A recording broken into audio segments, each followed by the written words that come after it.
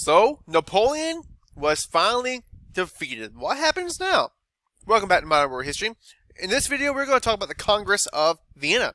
And so, now that Napoleon has been defeated, the European leaders, they're shocked. They're just like, what in the world has happened in France in the last several decades? At first, we had the French Revolution. That was crazy stuff. Then we had the rise of Napoleon and the empire he established over basically everyone in Europe, and we got to make sure that's not going to happen again. So they decide, hey, we're going to get together, all of us leaders, and we're going to try to make plans to make sure this doesn't happen again. It's going to take us about 4 weeks, so they all scheduled about 4 weeks of time they could meet together in Vienna and discuss these things, and it ends up lasting about 8 months. Now, the main key players here during the Congress of Vienna, which was really a meeting to prevent revolutionary ideas, and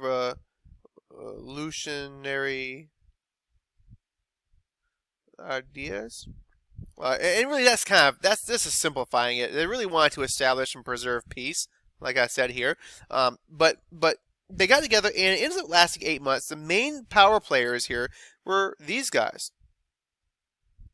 The big five, I guess the 5 great powers: Great Britain, France, Russia, Prussia, and Austria. But wait a second, what the heck?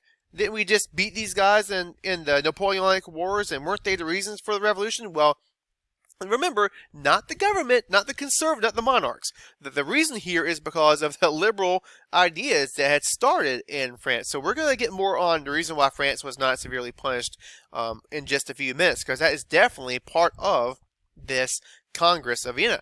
But the most influential person there was this guy, Clemens von Metternich, the foreign minister and prince of Austria. By far the most influential person in the meeting. He's the one with all the ideas, all right? And first of all, he was extremely anti-French Revolution and very anti-democracy. So he was like, these things are the undoing of power and order in any country. He says, and this is a quote, comes from the textbook, but this is a quote by Metternich: "The first and greatest concern for the immense majority of every nation is the stability of laws, not their change." And so this here is kind of the underlying principle of this whole meeting, is that these liberals here really wanted to change the laws that had existed and had governed these countries for years and years and years.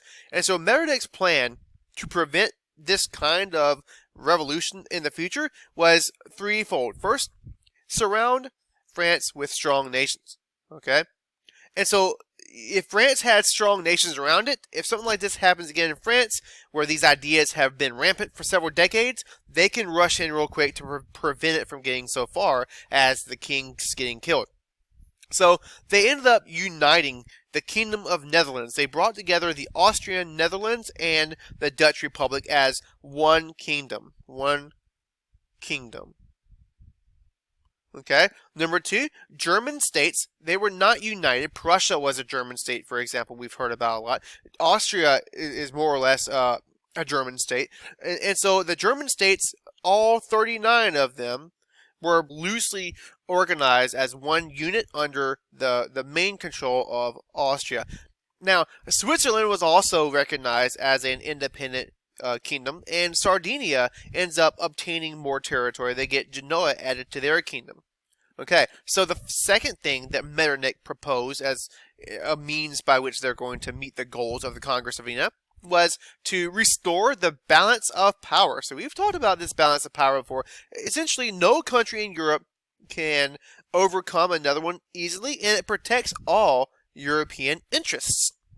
So in order to do this, they can't let France be a weak nation, because then anyone can go in and take them over if they wanted to. So let's keep France strong. No super harsh penalties. Don't give them a reason to want revenge later on. So let's restore the monarchy, but let's not take it any further than that. Let's keep them as part of the Big Five.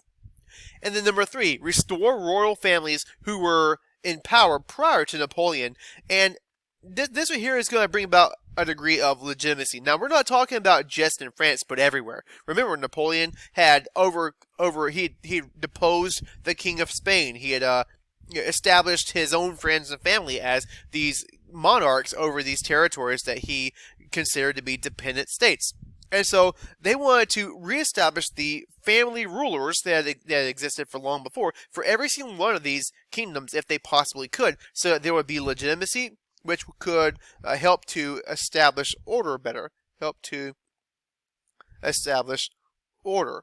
They felt like a new king or a new royal family would not do as well as the old ruling monarchs. And so they wanted to bring back as many of those as they could because they wanted to produce, I guess, create order and stability. And in terms of creating order and stability, it was super successful. We're talking about the Congress of Vienna. It was successful at order and stability, and also at creating a lasting peace. There wouldn't be war for 40 more years until the I believe it was the Crimean War between Britain, France, and Russia.